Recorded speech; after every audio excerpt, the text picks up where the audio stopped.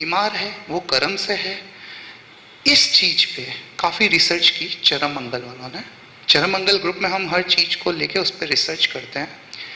Basically दो चीजें, हम कुछ पल के लिए कर्मों को समझने के लिए थोड़ा सा ग्रहों को समझ लें।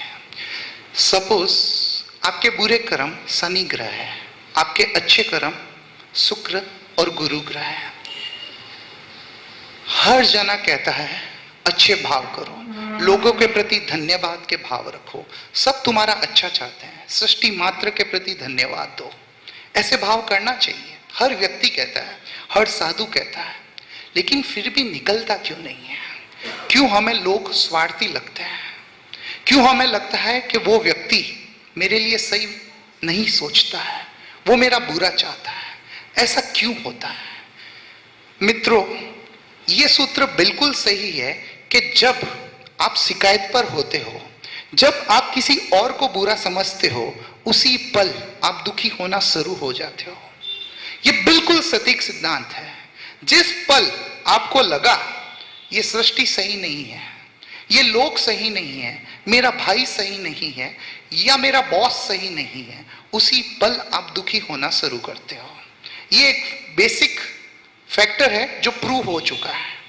अब बात यह आती है कि हम चाहते हैं कि हम अपने भाई को कहें मेरा भाई अच्छा है।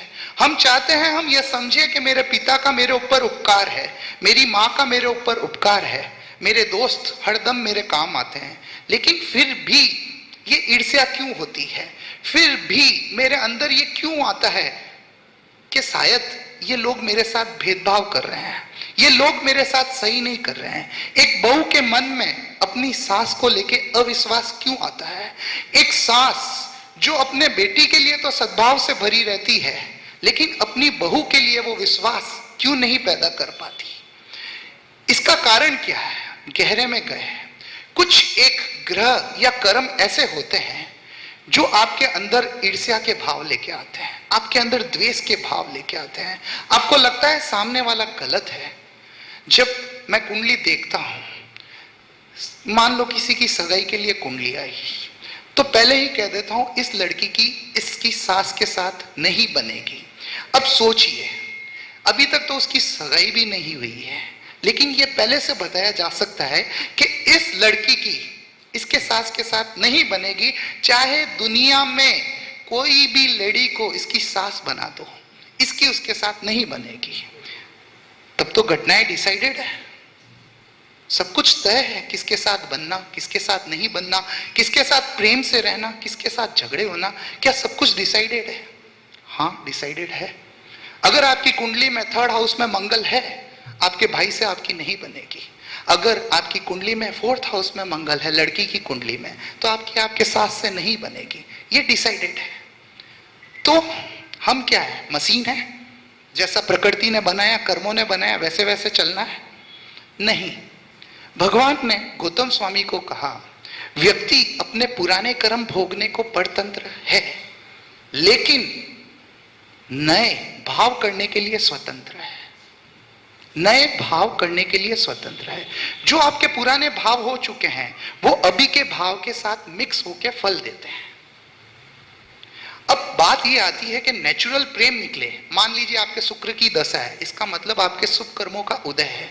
आपके अंदर निकलेगा प्रेम, हर व्यक्ति बहुत अच्छा है, मेरे परिवार वाले बहुत अच्छे हैं, मेरे दोस्त, सब कुछ बहुत अच्छा है। ये नेचुरल है। और जब नेचुरल है तब कुछ करने की जरूरत नहीं है। चाय पीनी है, चाय अच्छी सी आई, मस्त, मसाला अच्छा है, शक्कर अच्छा है, शुगर सब सही है, पी रहे हैं। मगर चाय आई, शुगर के बिना आ गई, अब क्या करोगे? दो ऑप्शन है आपके पास में, या तो उसकी कड़वाहट को सहन करो या उसमें ऊपर से शक्कर मिला दो। सिंपल सा फंडा, दो ऑप्शन। आपके अंदर ईर्ष्या के भाव आ रहे हैं, आपको लगता है मेरी सास गलत है, आपको लगता है मेरा पार्टनर मुझे नहीं समझ पा रहा है।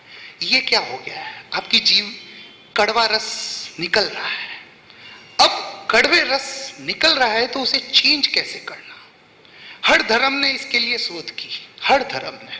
तो उन्होंने पाया कि जब तुम सुबह उठते हो, सबसे पहले सृष्टि मात्र के प्रति आभार की भावना करो। बड़ी थियोरिटिकल बात लगती है, क्योंकि हर धर्म कहता है प्रार्थना करो, सबको धन्यवाद दो। बड़ी थियोरिटिकल लगती है, लेकिन गहरे में जाके देखोगे तो ये जो कड़वाहट आपके अंदर से निकल रही है, ये उस कड़वाहट में मिठास खोलेगा। अगर आपको आपकी सांस गलत लग रही है, यकीनन आप आंखें बंद करो और 10 बार रिमाइंड करो, मेरी सांस बहुत अच्छी है, मेरी सांस बहुत अच्छी है, मेरी सांस बहुत अच्छी है। तो आप उस कर्म को बदल रहे हो। ये एक छोटा सा प्रैक्टिकल प्रयोग है। अगर आपके रिश्ते बहुत ज्यादा खराब हो चुके हैं, सपोज अपने पार्टनर से बहुत ज्यादा खराब हो चुके हैं, तब आप बैठो और उसको धन्यवाद प्रेषित करो, नहीं वो बहुत अच्छा है। आप सब मोबाइल यूज करते होंगे, 1 मिनट अपना ध्यान मोबाइल की तरफ लेके जाइए, अपनी स्क्रीन को अनलॉक कीजिए 1 मिनट के लिए। उसके अंदर आपको 10-12 फोल्डर दिखेंगे। अपनी जिंदगी भी बिल्कुल इस तरह ही है, 10-12 फोल्डर है। मैं आपको देख रहा हूं, मुझ में आप में कुछ खूबियां दिख रही है, मुझे आप में कुछ कमियां दिख रही है। अब मैं किसको क्लिक करूंगा? जिस फोल्डर को आप क्लिक करोगे वो जूम हो जाएगा। ठीक इसी तरह जिस व्यक्ति से आप डील कर रहे हो, अगर आप कहोगे ये व्यक्ति सही नहीं है, उसी समय वो फोल्डर जो उसका अवगुण का फोल्डर था वो जूम हो जाएगा और उसके कारण आपको तकलीफ फेस करनी पड़ेगी। दुनिया भर में प्रवचन चलते हैं, ईगो को छोड़ दो, ईगो नहीं रखना चाहिए। लेकिन मैं ये कहता हूं, हम क्यों किसी के ईगो को देखें? हम क्यों उस गुण वाले फोल्डर को क्लिक नहीं कर रहे हैं? क्या दुनिया में ऐसा कोई व्यक्ति है जिसमें अवगुण ही अवगुण हो? और क्या हम ऐसे व्यक्ति हैं जिसमें गुण ही गुण हो, बेस्ट परफेक्ट है हम? नहीं, हम खुद जानते हैं कि हम में कमियां हैं, हम खुद जानते हैं सामने वाले में कमियां हैं। लेकिन क्या हम इस दुनिया में लोगों की कमियां दूर करना है? बिल्कुल नहीं। हम बस क्यों नहीं प्रेम से रहते, क्यों नहीं सद्भाव से कहते, क्यों मुझे कमियां दिखती है, क्यों मैं गुण वाला फोल्डर क्लिक नहीं करता? मेरी सांस में 10 कमी है, 3 अच्छाई है, क्यों नहीं मैं उन 3 फोल्डर को ही जूम कर लेता? जब आप 3 फोल्डर को जूम करोगे तो वही फोल्डर स्क्रीन पे रहेंगे, जो आपके अवगुण वाले फोल्डर है वो पीछे चले जाएंगे। इसके लिए चरण मंगल सबसे पहले एक ही चीज पे देता है, धन्यवाद करो, लोगों के प्रति आभार करो। तुम सुबह उठते हो, तुम्हें कैसा फील होता है? शायद कभी अच्छा कभी बुरा। जब तुम्हें बुरा फील हो, माइंड थोड़ा स्ट्रेस से भरा हुआ हो, शांति से बैठो 5 मिनट आराम से और सिर्फ thank you everyone, thank you everyone, everything is superb, thank you everyone, सब कुछ बहुत अच्छा है धन्यवाद, सब कुछ बहुत अच्छा है धन्यवाद, सब कुछ बहुत अच्छा है धन्यवाद। इस तरीके से आप 10 मिनट जाप करो। और अगर कोई व्यक्ति के प्रति आप में द्वेष आ रहा है, आपको लगता है कोई व्यक्ति गलत है, आप उसका नाम साथ में जोड़ दें, उसके नाम से धन्यवाद प्रेषित करें। इससे क्या होगा कि जो अंदर से कड़वा रस निकल रहा है, आप उसको वापस मिठास ऐड करके न्यूट्रल कर लोगे, वरना ये क्रम चलता ही रहेगा। आप नेगेटिव भाव करोगे, सामने से वापस नुकसान हो क्या आएगा, वो भी नेगेटिव भाव करेगा, ये भाव चलता ही रहेगा। आपने अगर एक स्टोरी सुनी हो, एक बार एक लकड़ी वाला, उसकी लकड़ी नहीं बिक रही थी, चंदन की लकड़ी है, उसके मन में ख्याल आया कि अगर राजा मर जाए तो मेरे कलेक्ट की हुई सारी लकड़ियां सेल हो जाए, क्योंकि उसका अंतिम संस्कार में चंदन की लकड़ियां चलेगी। बस उसके मन में वो भाव आया। थोड़े दिन, 1-2 दिन बाद में राजा की सवारी निकल रही थी, एक लाइन लगी हुई थी, वो उससे 1 कदम आगे खड़ा था। ऐसे राजा की नजर उस पर गई, राजा ने सिपाहियों को कहा गिरफ्तार कर लो इसे। बड़ा ही अन्याय हो रहा था, 1 कदम लाइन से आगे होने पे कोई गिरफ्तार किया जाता है, कर लिया। क्योंकि लकड़ी वाले ने भाव क्या किया था, राजा मर जावे, वो भाव राजा के सबकॉन्शियस माइंड तक पहुंचा। राजा को भी नहीं पता उसने क्यों कहा इसको अरेस्ट कर लो। जेल में बैठा वो लकड़ी वाला सोच रहा था कितना बेईमान है राजा, कुछ नहीं किया मैंने, जबरदस्ती मेरे को उठा के जेल में डाल दिया, कितना बड़ा अन्याय है। वो शिकायतों की फ्रीक्वेंसी पे चल रहा था। उधर राजा के पास सबकॉन्शियस माइंड में ये भाव आ रहे थे। राजा ने अगले दिन उसको बुलाया और सिपाहियों को कहा इसे फांसी दे दो। सारे मंत्री आश्चर्य में कि हुआ क्या है, बेचारा लाइन से एक कदम आगे था, इतना बड़ा क्या गुनाह है कि इसको फांसी दे दी। अब राजा किसी की नहीं सुने, राजा ने कहा इसको फांसी दे दो। अब मौत सामने नजर आ रही है, उस लकड़ी वाले को भान उठा कि यार मैंने क्यों सोचा राजा का मरने का, राजा अच्छा आदमी है, शायद मेरे ही कर्म कुछ होंगे। फिर बैठे हुए राजा को अचानक विचार आया, अरे उसने क्या गुनाह किया, एक कदम आगे आने के चक्कर में मैंने उसको गिरफ्तार करवा दिया, मैंने उसको मौत की सजा दे दी, मैं क्या कर क्या रहा हूं। इधर भावों की फ्रीक्वेंसी बदली, उधर भी बदली। तो हम समझ नहीं पा रहे हैं, हम हमेशा खुद को सही प्रूव करने में लगे हैं, मैं सही हूं सामने वाला गलत है, मैं सही हूं सामने वाला गलत है। लेकिन इससे क्या होगा, इससे कभी आपको सामने वाले का सहयोग नहीं मिलेगा, कभी उसका प्रेम नहीं मिलेगा, वो हमेशा आपके दुख का ही निमित्त बनेगा। इसलिए शिकायत की फ्रीक्वेंसी छोड़ दो। तुम्हें लगता है कोई गलत है, तो क्या द्वेष का इलाज कभी द्वेष से होगा? नहीं होगा, उसका इलाज प्रेम से ही होगा।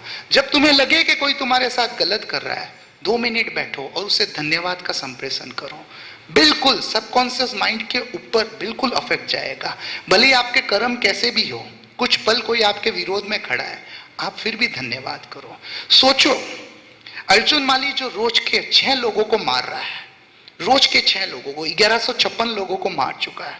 अब महावीर उस तरफ जा रहे हैं, गांव वाले उसे रोक रहे हैं, मत जाओ, 1100 आदमी को मार चुका है, तुम्हें भी मार देगा।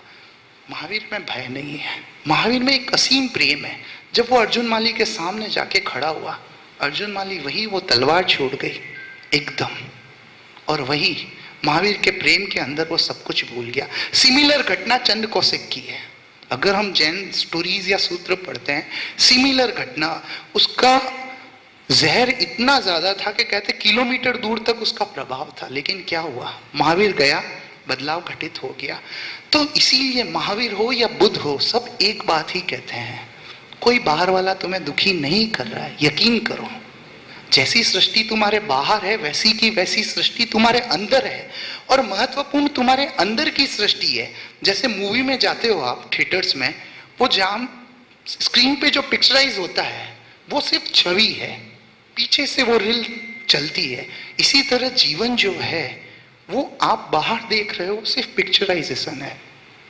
आपके अंदर क्या घटना है, जब आपको लगे कि कोई आपके साथ बुरा कर रहा है, उसे गालियां देने मत जाओ, खुद को सही प्रूव करने मत जाओ, सिर्फ अपने अंदर बदलाव करो। कहीं ना कहीं तुम्हारे अंदर गड़बड़ हो रही है। वरना सोचो, दुनिया में ऐसे भी लोग मिलेंगे जिसे तुम गलत समझ रहे हो, लेकिन लोग उसकी तारीफ कर रहे हैं, लोग उसे बहुत अच्छा कह रहे हैं, बंदा बहुत अच्छा है, मस्त है, हमेशा ये रहता है। अब तुम सोच रहे हो, जब ये मस्त है तो मेरे साथ ऐसा क्यों कर रहा है? या तो ये लोग नहीं जानते, ये लोग इसकी सच्चाई नहीं जानते, मैं जानता हूं। बस इस तरीके से हम बहते जाते हैं, बैठो बस। और सुबह का जो 1 घंटा है वो सबसे महत्वपूर्ण है।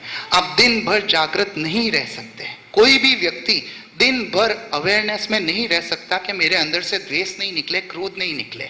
लेकिन सुबह का 1 घंटा बहुत महत्वपूर्ण है, बहुत इंपॉर्टेंट है। बस उस समय कोई भी टेंशन सब्जेक्ट आवे उसको पोस्टपोन कर दीजिए, इसको मैं 11 बजे डील करूंगा। कोई भी किसी से ऐसा लग रहा है कि कोई भी टेंस टॉपिक है, किसी को कॉल करना है, उसको पोस्टपोन कर लीजिए, मैं 11 बजे करूंगा। सुबह का जो 1 घंटा है उसको मस्ती से जीजिए, पूरी खुशी से जिए, और धन्यवाद, ग्रेटिट्यूड की फीलिंग में आइए, एकदम धन्यवाद दीजिए। हो सकता है ये बातें कुछ थ्योरेटिकल लगे, कहना आसान है, भैया जिसके साथ होता है वही जानता है, तुम क्या जानते हो मेरे साथ क्या क्या हुआ है। लेकिन आपके साथ कितना भी हुआ हो, जहर कभी जहर से नहीं कटेगा, वो प्रेम से ही मिटेगा। अगर घाव है तो वो मलम से ही मिटेगा। तो बाहर की यही थ्योरी है, बाहर जो खुशी का मंत्र है वो यही है कि जब तुम सृष्टि मात्र से प्रेममय होंगे तब तुम सुखी रहोगे, और जब तुम शिकायत की फ्रीक्वेंसी पे आओगे तब तुम दुखी होंगे। तो ना ग्रह कुछ कर रहे हैं, ना कर्म कुछ कर रहे हैं, वो तो बस अपना फल दे रहे हैं। जब आप नेचुरल ठंड में होते हो, मस्ती एंजॉय करते हो, लेकिन अगर गर्मी होती है तो आप क्या करते हो? क्लाइमेट को गालियाँ तो नहीं देते आई थिंक, एसी चालू कर देते हो। तो जब आप बाहर की इतनी छोटी सी घटना को जानते हो तो क्यों नहीं इस जीवन को जान रहे कि जब बाहर कुछ गड़बड़ हो रही है, बाहर का क्लाइमेट सही नहीं है, तो मैं बाहर के क्लाइमेट में क्यों उलझूं, मैं एसी ऑन कर लूं। एक सिंपल सा फंडा, अंदर बैठो, 5 मिनट बैठो और धन्यवाद का संप्रेषण करना शुरू करो। That is the best theory. उससे आप एकदम मस्त फील करोगे बाहर के स्तर पे। अब बात है स्पिरिचुअलिटी, अध्यात्म। क्या है अध्यात्म? लोग कहते हैं पहले मुझे क्रोध आता था बहुत, मैंने ध्यान की प्रक्रिया की, शायद मैं माउंट गया, वहाँ ब्रह्म कुमारी आश्रम में गया, मैंने ध्यान किया, मैं एकदम शांत हो गया, एकदम सरल। अब मैं बहुत अच्छे से डील करता हूँ। मैंने उनको कहा इतना सब कुछ करने की जरूरत नहीं है, 5 कैरेट का मोती पहन लो, उससे हो जाएगा। तो उन्होंने मुझे पूछा आपके हिसाब से धर्म की परिभाषा क्या है? क्या क्रोध का शांत होना ज्ञान को नहीं दर्शाता? क्या क्रोध का शांत होना ज्ञान को नहीं दर्शाता? ये मेरा पर्सनल व्यू है। नहीं, ऐसा कोई जरूरी नहीं है। ज्ञान की अनुभूति बिल्कुल एक अलग चीज है और आपका बाहर का व्यवहार बिल्कुल अलग चीज है। दोनों में बहुत भेद है। इसलिए हम किसी को बाहर से देखकर कोई निर्णय नहीं करें। कई बार क्या होता है, किसी की कुंडली आती है, उसका मंगल स्ट्रांग है, यहां से देख के कहा जा सकता है कि वो आदमी क्रोधी है, जबकि मैं उसको जानता भी नहीं हूं। तो क्या वो आदमी गलत हो गया? नहीं, उसकी बनावट क्षत्रिय की है। हमें ये समझना है ये जो क्षत्रिय है, ब्राह्मण है, वैश्य है, शूद्र है, ये क्या कोई जातिगत समीकरण थे? नहीं, ये आपकी बनावट है। अगर आपकी क्षत्रिय बनावट है, आप मजबूत हो। आप मत बिलीव करो कर्म कुछ होते हैं, आप मत बिलीव करो ग्रह कुछ होते हैं। आप तो ये सोचो जो मैं करूंगा वो ही होगा, जो मैं सोचूंगा वो ही होगा। ये क्षत्रिय है। अब इसके ऑपोजिट आपका मंगल स्ट्रांग नहीं है, तो इस थ्योरी पे मत जाओ। ये सोचो सब कुछ फिक्स है, जो मेरा गुरु करेगा वो हो जाएगा, जो मेरा गुरु करवाना है, जब जो करवाना है वो हो जाएगा, ये सब कुछ फिक्स है। तो इसीलिए हम चरम मंगल में बात करते हैं कि एक जने की साधना सबके लिए नहीं होती है। अगर आपके लिए तपस्या जरूरी है तो आपके बाजू वाले के लिए तपस्या जरूरी नहीं है, उनके लिए कोई और मार्ग होगा। तो जीवन को 2 भागों के अंदर बांट लो। आपकी बाह्य खुशी एक अलग चीज है, आपकी अंदर की खुशी बिल्कुल अलग चीज है। जब हम अध्यात्म की बात करते हैं तो उसका बाहर की आइडेंटिटी से कोई लेना देना नहीं है। बाहर की आइडेंटिटी तभी खुश रहेगी जब आप एकदम थैंक्स की फ्रीक्वेंसी पे रहेंगे, प्रेम की फ्रीक्वेंसी पे रहेंगे। बस ये फंडा लाइफ का समझ लीजिए। बाहर की आइडेंटिटी बिल्कुल डिफरेंट है। अगर आपको बाहर खुश रहना है, आप बस सुबह उठिए, 15 मिनट 20 मिनट कोई भी प्रार्थना कर लीजिए धन्यवाद की। अगर आप बिजनेस करते हैं, कल मैं गोदरेज में था, एक मोटिवेशनल स्पीकर आए, उन्होंने 1 घंटा को स्पीच दिया, सब कुछ दिया। फिर गोदरेज वालों ने मुझसे मिलवाया कि इनके भी टाइम्स ऑफ इंडिया में आर्टिकल आते हैं, वगैरह आते हैं, आप करो। तो उन्होंने पूछा मेरा स्पीच कैसे लगा। मैंने कहा एक्चुअली जब मैं चेयर से उठा लास्ट में तो मुझे ये नहीं पता था कि मुझे करना क्या है। तो उन्होंने कहा मतलब? मैंने कहा जब भी कोई स्पीच सुने तो घर जाते हुए मुझे ये मालूम होना चाहिए कि मुझे करना क्या है। जैसे आप तो यहाँ पे एक हमारे राजस्थान में एक कहावत है कि बेड का जो आसन होता है वो घर का लेके जा रहे हो या स्थानक का है। कि साहब स्थानक का है तो सुना सुनाया वही छोड़ के आए हो, और घर का है तो साथ में कुछ लेके आए होंगे, ठीक है ना। तो मैंने कहा कोई भी स्पीच है आपने दिया, मैं ये सोच रहा हूं कि अब मुझे चेंज ओवर क्या करना है। तो वो बोले चेंज ओवर, मैंने कहा आपने जो प्रिंसिपल बताए वो द सीक्रेट के थे कि अपनी योग्यताओं पे, अपने गुणों पे ध्यान दो, अपने अवगुणों पे ध्यान मत दो। लेकिन हमें ये तो पता हो कि हमें करना क्या है। हमारी बाहर की आइडेंटिटी खुश कैसे होगी, जो आपकी बाहर की पर्सनैलिटी है वो खुश कैसे होगी, ये तो पता चले। अगर आप बहुत इगोस्टिक हो आप ईगोस्टिक हो, अगर आपके घर वाले कह रहे हैं और आपको लग रहा है यार मैं अपने ईगो के कारण दुखी हूं, अगर मैं बोलूं वैसा नहीं हूं, मुझे बहुत तकलीफ होती है, मेरे से सहन नहीं होता है, अब इसका इलाज क्या? प्रवचन में जाते हैं, ईगो नहीं होना चाहिए, अहम आत्मा का नाश करता है। अब वो बेचारा पहले से जानता है कि अहम आत्मा का नाश करता है, वहां से सर्टिफिकेट भी लेके आ गया, अहम आत्मा का नाश करता है, खुद भी जानता है, सर्टिफिकेट भी ले लिया, पर करे क्या? करना क्या है? वो वही है, टिकू तो जो बना है वो उसके लिए ही बना है। वंदन करो, 11-21 वंदना करनी शुरू करो। जो अहम है ना वो यहाँ नेक के अंदर बसता है। जितनी बार तुम्हारी नेक झुकेगी उतनी बार तुम में नम्रता पैदा होगी। तो ये ईगो का इलाज है, हर चीज का इलाज है, हर चीज का इलाज है। सास बहू की नहीं बनती है, देखो सास माँ के समान होती है, तुम्हें सास से बना के रखनी चाहिए। अरे भाई वो तो उसकी मम्मी ने ऑलरेडी लेक्चर दिया था, आपने और दे दिया, लेकिन उसको ये नहीं पता है कि मैं अपनी सास से कैसे बनूं, वो बिल्कुल गलत है और मैं एकदम सही हूं, कैसे बताऊं? उसका तरीका यह है, अपनी सास के नाम के साथ उसको धन्यवाद देना शुरू करो, उसको प्रणाम करना शुरू करो। प्रणाम कोई छोटी चीज नहीं है। जब आप किसी के सामने झुकते हो ना, वो सामने वाला आपकी जिम्मेदारी ले लेता है। ये बात बहुत गहरी है। जब मैंने आपको प्रणाम किया, इसका मतलब अब आपको मेरे कहीं ना कहीं अच्छे होने में भागीदार बनना ही पड़ेगा, आप अब उसको नहीं बदल सकते।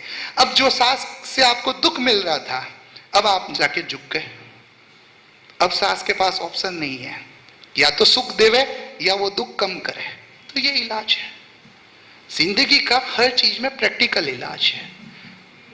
तो हम अपनी बाहर की आइडेंटिटी को ये समझे कि ये बिल्कुल डिफरेंट है, इसको कैसे डील करना है।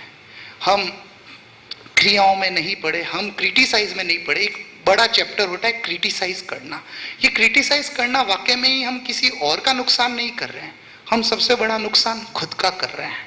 क्योंकि गहरे में जाके देखोगे कि तो सब जीव आपस में जुड़े हुई है, सबकी ऊर्जा आपस में जुड़ी हुई है।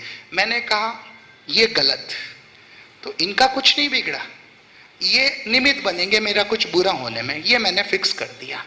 तो इस तरीके से ये जीवन चलता है। तो बिल्कुल अगर आप यहाँ सटका या प्रार्थना महाराज साहब करवाते हो या नवग्रह स्तुति करते हो, अब करो, आपके जीवन में बदलाव आएगा ही आएगा।